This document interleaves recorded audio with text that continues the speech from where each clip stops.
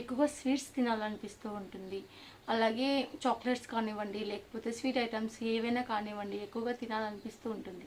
So second thing వచ్చేసి ఏంటంటే మనకు కొంచెం హెయిర్ ఫాల్ కావడం, అలాగే మనకి కొంచెం వెయిట్ అనేది గెయిన్ కావడం ఇలాంటివన్నీ జరుగుతుంటాయి. కొంతమంది లాస్ కూడా అవుతారు, బట్ కానీ నేనైతే కొంచెం లైట్గా వెయిట్ అయితే లాస్ అయ్యాను అనమాట. సో థర్డ్ థింగ్ వచ్చేసి ఏంటి అంటే మనకి బేబీ గర్ల్ మనం పొట్టలో ఉన్నట్లయితే రైట్ సైడ్ మనకి మూమెంట్స్ అనేవి ఎక్కువగా తెలుస్తుంటాయి. అంటే కుడిపక్క మనకు మూమెంట్స్ అనేవి ఎక్కువగా తెలుస్తూ ఉన్నాయి అంటే వీలైనంత వరకు బేబీ గర్ల్ పుట్టే ఛాన్సెస్ ఎక్కువగా ఉంటాయి. సో ఫోర్త్ థింగ్ వచ్చేసి ఏంటి అంటే మనకు హెయిర్ అనేది ఎక్కువగా లాస్ అవుతూ ఉంటాం. సో బేబీ గర్ల్ పొట్టలో ఉన్నప్పుడు మనము హెయిర్ అనేది ఎక్కువగా లాస్ అవుతున్నామంటే వీలైనంత వరకు బేబీ గర్ల్ పుట్టే ఛాన్సెస్ ఎక్కువగా ఉంటాయి.